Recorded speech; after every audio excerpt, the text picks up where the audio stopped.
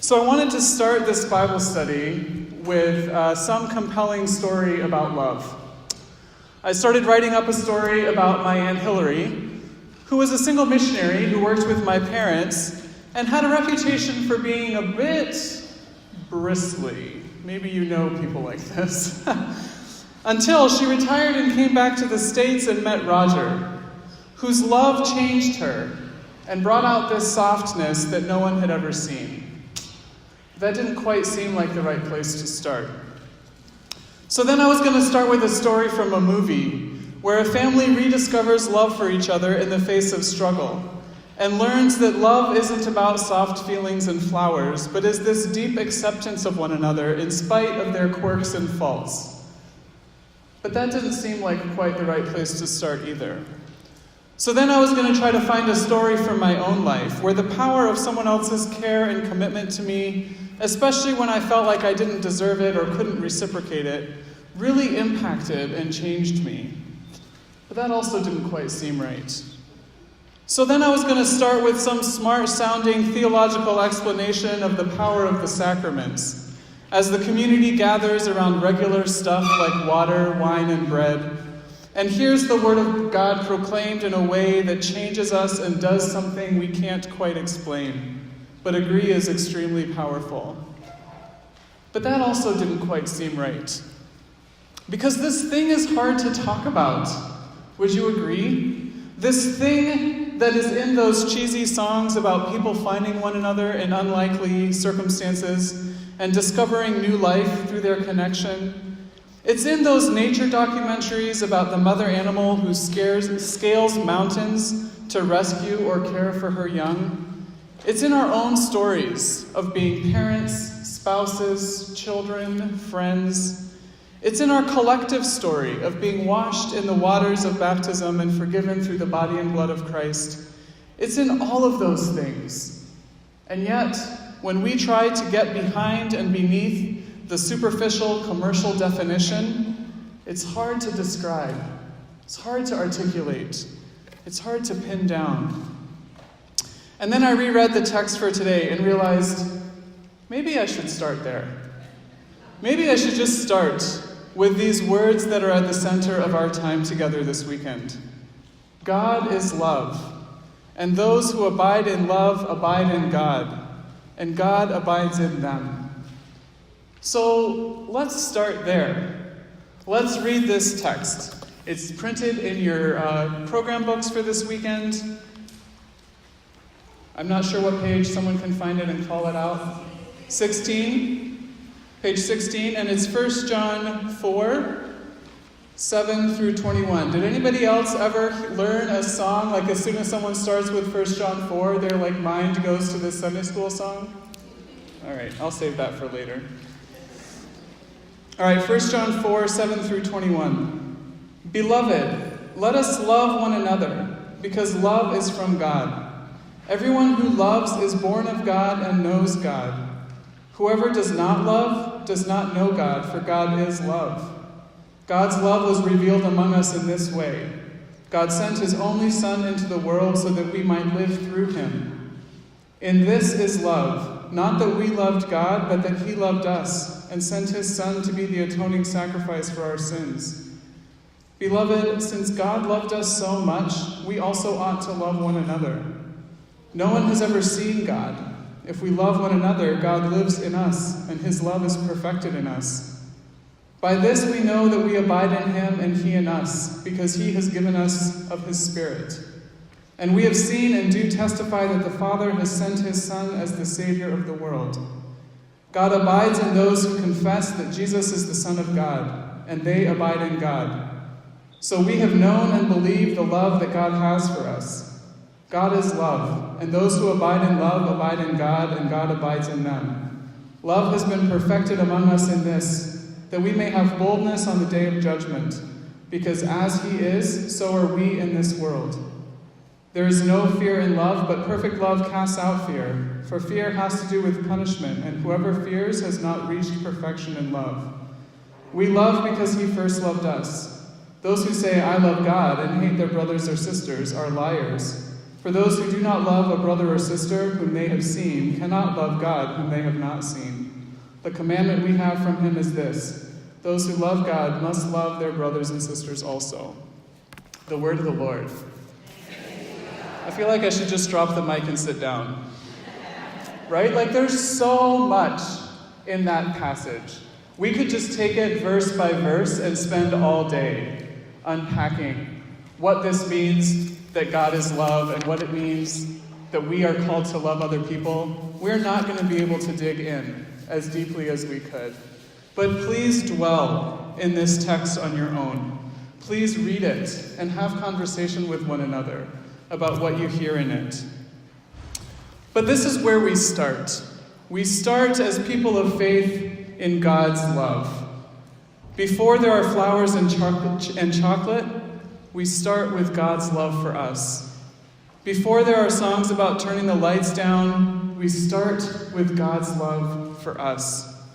Before there are heart-wrenching stories about struggle that draws people together, we start with God's love for us. So when we choose a theme for a gathering, it's all about love, we are saying something extremely, extremely profound. So I want to dig into this passage a little bit, but first let's get some context and background. For our purposes, we're going to refer to the author of 1 John as John. There's some question about which John wrote this text, or even if it was a John that wrote this text. Whether it's the same John who we attribute the Gospel of John to, or whether the same John wrote 2nd and 3rd John as well. But whether or not it was the exact same person, there's enough similarity between the Gospel of John and 1 John that we can say with decent confidence that the texts are written from a similar voice. So we're going to call him John. And there's enough connection between 1st, 2nd, and 3rd John that we can say with decent confidence that there's a likelihood they were written to the same community. So let's say that John is the author and the audience is a community or collection of communities. 2 John begins with a reference to a specific elect lady and her children, which might refer to a specific woman who was in church leadership over a community of house churches. And we often say that 1 John is a letter, even though it lacks some of the specific elements of what we call epistles.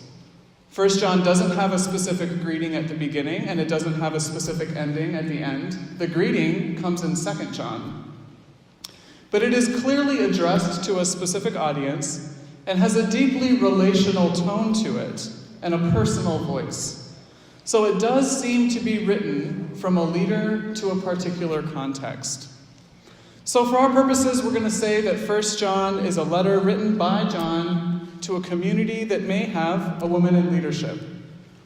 Scholars have identified that within this community that John is addressing, there are several subgroups. Doesn't sound like any of our churches, right? Several different groups in one community.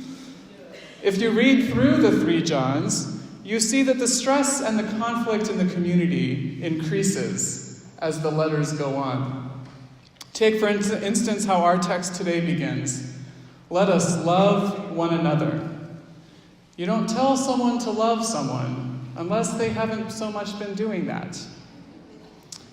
This text reads like a plea for people to come back together and begin caring for one another in a way that maybe they've lost sight of, from a center place of God's love for them that maybe has gotten overlooked. And there's a lot of themes about the connection between love and behavior and love and belief. So this letter from John is calling people back into relationship with one another and relationship with God. There seems to be some question about Jesus' relationship with God, and so John spends some time reaffirming that Jesus was the physical incarnation of God. This is evidently one of the conflicts within this community. This is the thing they're fighting about, not about whether the carpet should be cleaned or whether the walls should be painted. They're fighting about whether Jesus really was the presence of God, or whether Jesus was a human, that the Spirit was separate, or whether the Spirit was there, and Jesus, whatever. These were the things they were fighting about. This is one of those things that connects 1 John with the Gospel of John, which is also very concerned with lifting up the humanity and the divinity of Jesus, this dual nature of Jesus. So in the Gospel of John, which we'll be coming up to in the season of Advent, we'll hear this language of Jesus was the Word made flesh. And so you'll see some of those same themes show up in 1 John. For John, the love that people have for one another flows out of the love that God has for the world, which is made evident through the life and ministry of Jesus. In loving others, people express the love God has for them and live into the love God has for the world. So if you haven't been listening, listen here, and then you can stop listening again. For John, there is no way to love others without loving God. And there's no way to love God without loving others. There's no way to love others without loving God. And there's no way to love God without loving others. Okay, you can stop listening. So, with that high-level overview, let's dig into this a little bit and see what we can draw out. So let me ask this question. How many of you in your congregations or congregations around you had youth attend the youth gathering this summer? So the theme for the youth gathering was? This changes everything. One of the elements of the youth gathering is what's called Synod Day, where the youth from each synod all gathered together in a hotel ballroom for an afternoon. The theme for our Synod Day was? Love changes everything. Love changes everything. So the t-shirts we had made for that day had this phrase on them. Love changes everything. And I think it was a gift that was the theme for our day, because in being part of designing and communicating about the t-shirts, I got to dwell in this phrase. Love changes everything. And I think that's part of what John is trying to say as he's writing to this community, and as he reflects for himself on the impact Jesus made on the world. Love changes everything. So what is this thing we keep referencing, love? And what is it that changes? And what is the everything that is changed? If I were to give you 2 minutes, and I was going to try this, but I feel like I've tried this before, and then it's hard to call people back. But let's see if we can at least talk it through. If I were to give you 2 minutes to name as many songs as you could that had the word love in them, how many do you think you could identify? A lot. A lot. Right? Maybe you should try this at some point. It would be a fun experiment. So let me ask you this question. If I was to ask you to think about those songs, the way that we use the word love in songs, or the way that you would use the word love in your own life, would you be able to talk about love without talking about a relationship? Would you be able to talk about love without talking about a relationship? Maybe if you say, I love chocolate. But even so, you have a relationship with chocolate. And I would ask, really, is love the right word you want to use when talking about your feelings towards chocolate? Maybe there's a different word we could use. But when we talk about love in its authentic sense, right? Do we talk about love outside of relationship? Probably not. Because love is fundamentally relationship. When you know what it is, it's in relationship. When you realize it's not what you thought it was, it's in relationship. And so our text from 1 John starts this same way. Beloved, let us love one another. Before we even get to the love one another, we start with this word, beloved. We don't use this word that much in our daily vernacular, but I think it's a powerful word. To be loved is to be beloved. To be loved is to be beloved. It's a term of endearment that is embedded in relationship. You are not beloved if someone doesn't love you. And in this case, it's a term that one person uses to identify the relationship they have with the community. This letter is written to the community, not just one person. And if you've ever been in a community, you know you don't like everyone the same. You just don't.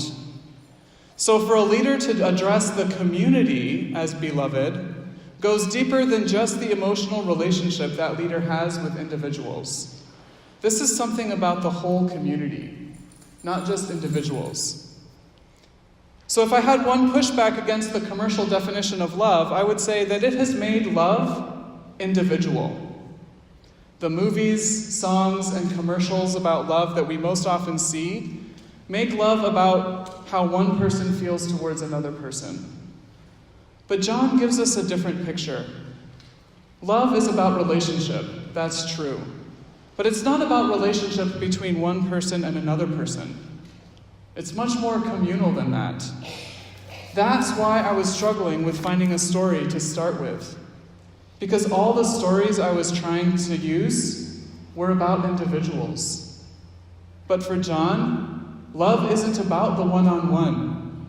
It is about one another, the whole community, and how they relate to the whole community. And not even just about the community.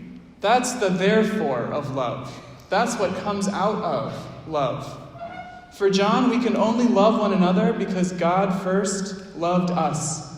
Us. All of us. All of us. God first loved us. How many of you memorized John 3:16 as a child? Right? For God so loved me. For God so loved the world. In this is love, it says in verse 10. Not that we loved God, but that God loved us and sent his Son to be the atoning sacrifice for our sins. So here we get two concepts about love for John. It starts with God, and it involves sacrifice.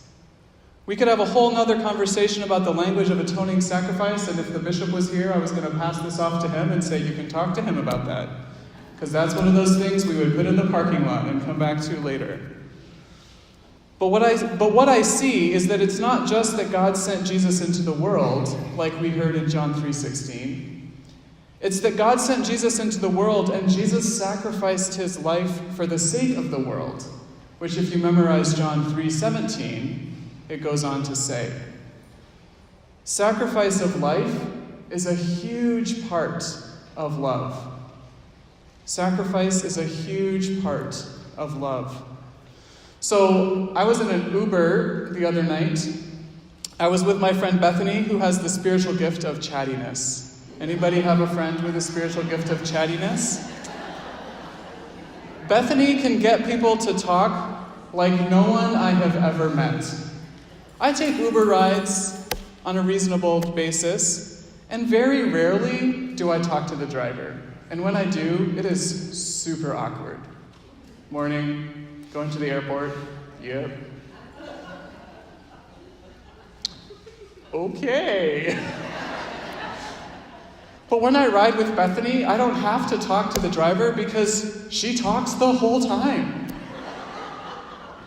So the other night we're in an Uber, and she somehow gets the driver to share that he is from Iraq, has been in the States for 10 years as a mechanical engineer, and recently went through a divorce. Seriously? I have no idea how she does this.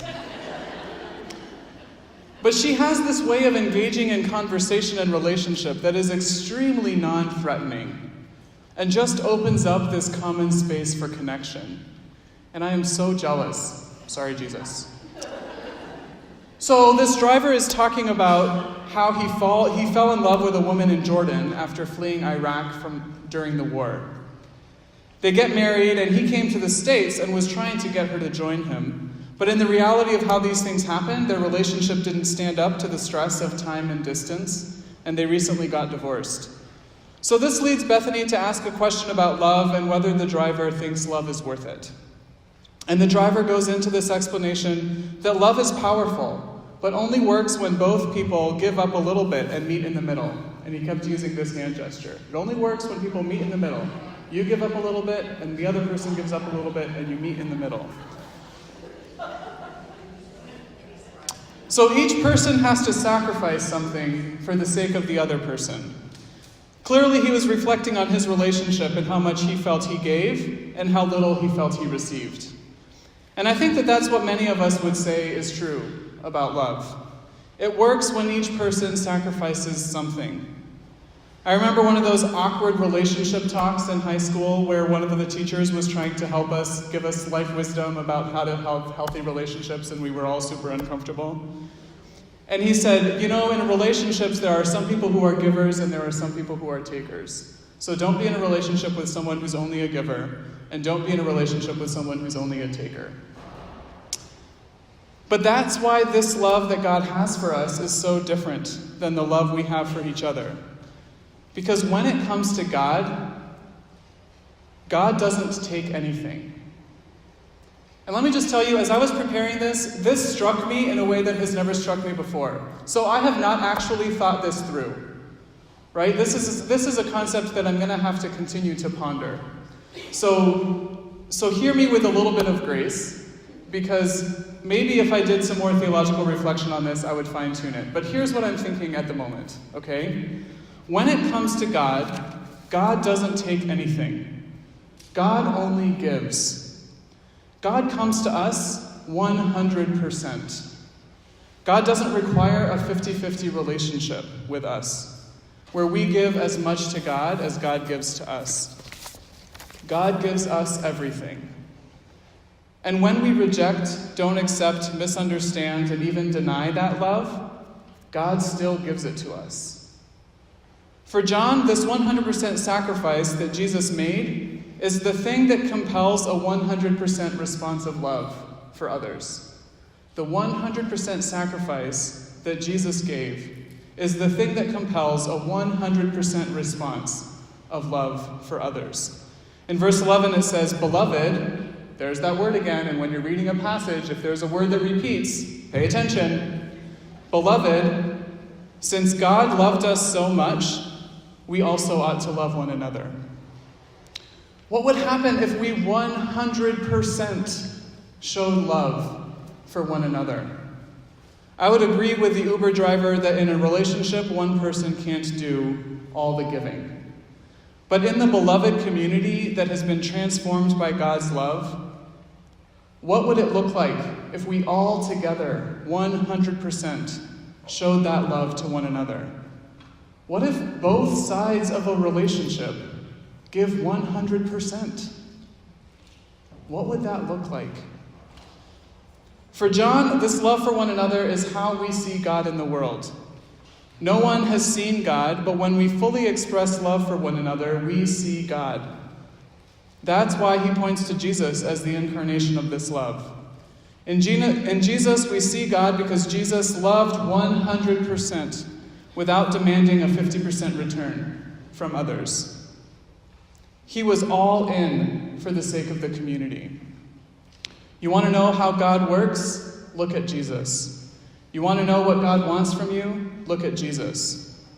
Who or what God is shows up in the life of Jesus and in how we treat others in beloved community. Because we cannot love others without loving God, and we cannot love God without loving others. And of course, we have to talk about the importance of our human brokenness and the importance of boundaries and self-care. I am not at all saying that you give 100% in a context that results in abuse or oppression. That is not at all what I'm saying, right? So we start from a place of self-care, of self-value, of self-worth. So I have to admit, I watch a few too many Hallmark movies. And in every Hallmark movie, at about the hour and 45 minute point in the story, there is this crisis where the characters have to decide whether they're going to get over whatever it is that's keeping them back from being all in the relationship. Hour 45, you can almost clock it. They have to put aside their expectation that they will get something from the other person, and instead be willing to give that last part of themselves that they've been holding back to the other person. Usually one person has to take that risk and put all of themselves out there towards the other person without a guarantee that what they're offering will be received or reciprocated. This then prompts the other person to put all of themselves out there in return, not as a transaction, but as a response. They experience love when they stop defining the relationship from their own interests. So what would happen if we more confidently gave up that last part of ourselves that we tend to hold back when it comes to relationship with others? What would happen if we gave up the expectation that we tend to come to God 50%? No, let me try that again. That didn't make sense. What would happen if we gave up the expectation that we have to come to God 50%, but genuinely allowed ourselves to be 100% loved by God? What would happen if we did not try to come to God with anything, but genuinely allowed ourselves to be loved by God 100%, full stop, end of sentence? This is part of what is still a growing edge for me. The more I reflect on this concept of love, on God's love for me, and on the love I experience from the community, the more I realize I tend to hold something back. I tend to hold something back, and I tend to try to come with something that deserves whatever it is that I'm seeking. In college, I realized that I really struggled with this concept of love for all sorts of reasons. And it wasn't that I had a hard time showing affection or care towards people that were in my life. It's that I was having a hard time receiving and trusting it when people tried to show it to me. And so I decided I wanted to understand this concept of being loved. And so I did what every normal college student does. I did a word study of all the times the Bible talks about love. Asterisks, I don't think that's what every normal college kid does. But I knew what the Bible said about showing love. That was easy to find. Love others, care about the Good Samaritan, give away your food and clothes, right? I could tell what the Bible said about showing love, but I wanted to know what the Bible said about receiving love. And guess what I discovered? Humans don't get it. We don't get it. God says over and over and over again, I love you because I love you. That's all there is to it. I love you because I love you. But humans regularly and consistently push that love away, forget it or ignore it, and in all sorts of ways keep God's love at a distance.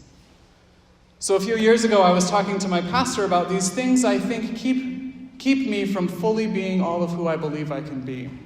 And I said to him, I think if I could really allow myself to be fully loved by God, that would be the game changer. And it's true. If I could really allow myself to be fully loved by God, that would be the game changer.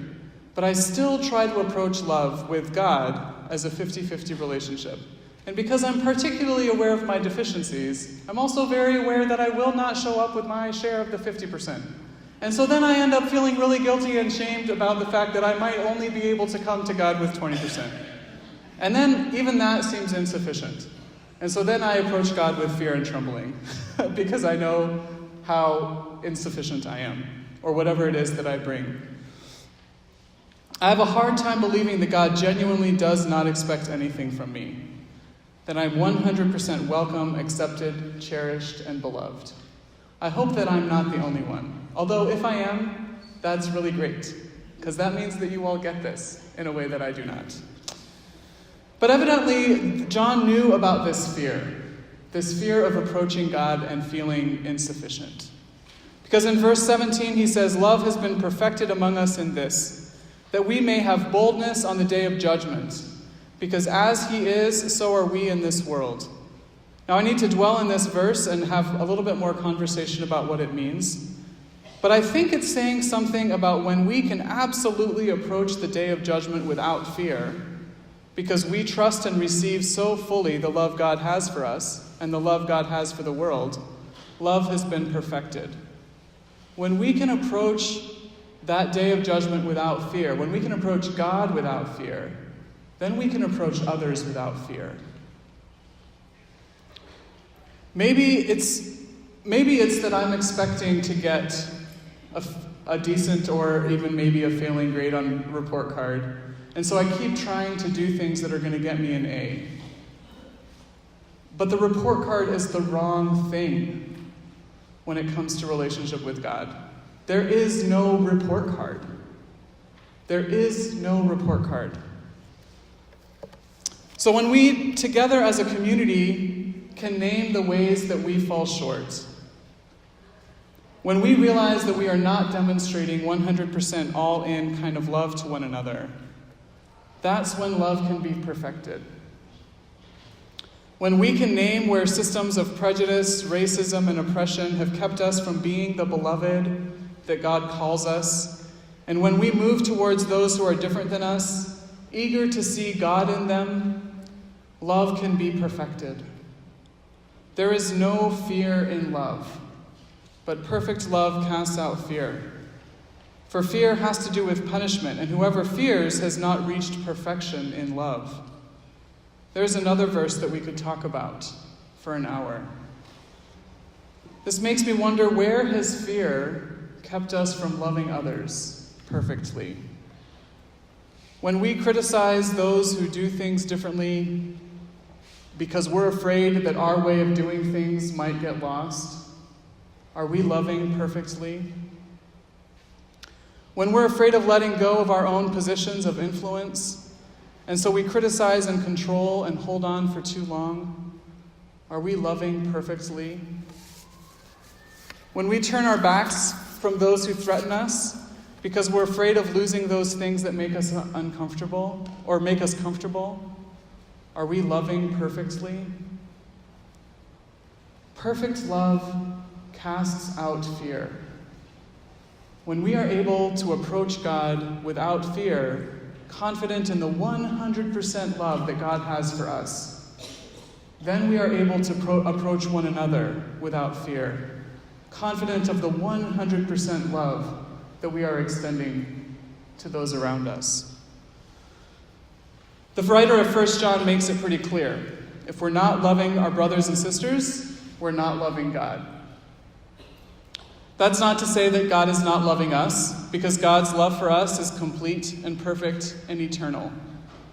But as we let this love that God has for us really get into our bones, John says, it will show up in how we love others. As we let this love that God has for us really get into our bones, into our lives, into our hearts, it will show up in how we love others. So when we find ourselves not loving others, we are invited to let God's love for us capture us again in new ways. Not to earn a passing grade or not to meet God halfway, but because love changes everything. Because being loved makes you want to love. Because receiving love inspires giving and showing love. Because love is a 100% all-in kind of thing. Because perfect love casts out fear. So, where are you at today? What might God be saying to you through this text? Maybe God is saying to you, you, my child, are beloved. You don't need to keep trying to meet me halfway. I am 100% all in for your sake. Rest in that. You are beloved, all of you, and you individually. Maybe God is showing you that there's some fear that is keeping you from loving others as fully as you could. And God is inviting you to bring that fear to the altar. And what is God saying to us as a community? How are we doing at demonstrating the love that we've received from God in how we live together? How are we doing at trusting God's love for the world? Are we 100% all in when it comes to sharing that love, to witnessing to that love, to abundantly and extravagantly demonstrating God's love with those around us, even if it means losing something of our own stuff? Even if it takes something from us? It's all about love. It's about that love one person has for another that changes them. It's about that love that a family discovers in the struggle that draws them closer together. It's about love that doesn't criticize and condemn. It's about that love that moves people towards one another in ways that change the world.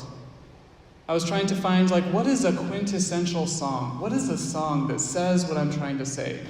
And best I can find is there's this chorus of the song that says, "What the world needs now is love, sweet love.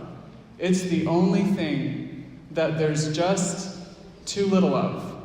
What the world needs now is love, sweet love. No, not just for one, but for everyone."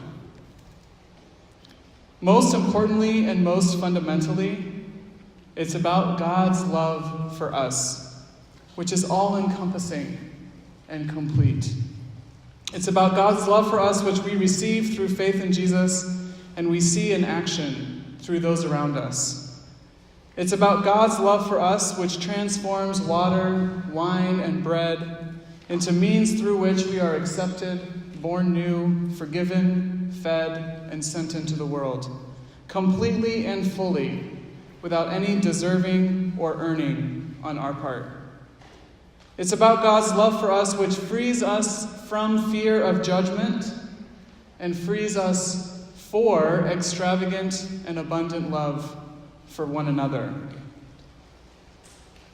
It's about God's love for us, which transforms us into who we are anyway, who we will always be, beloved.